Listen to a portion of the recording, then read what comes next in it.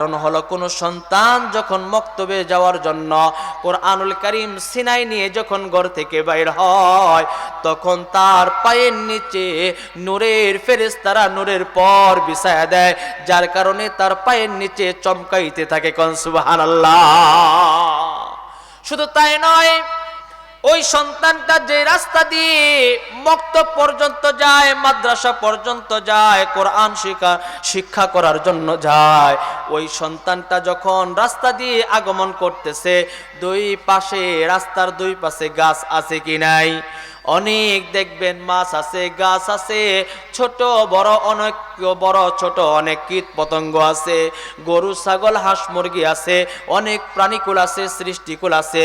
পয়গম্বরে আরবি জানার ওই সন্তানটা যখন যেতে থাকে, তখন সমস্ত মাখলুকাত তার জন্য মাগফিরাতের দোয়া করতে থাকে। কোন সুবহানাল্লাহ।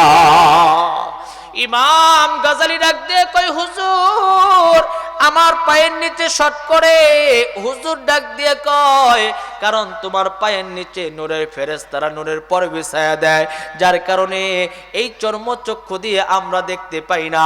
আমরা যে আমাদের ছোট্ট ছোট্ট সন্তানদেরকে এই মুমতাজুল উলুম তালিমুল কোরআন নুরানি মাদ্রাসায় দিয়েছি, এই সন্তানদের পায়ের নিচেও বলেন তো নূরের পর বিছায়া দেয় কার হুকুমে?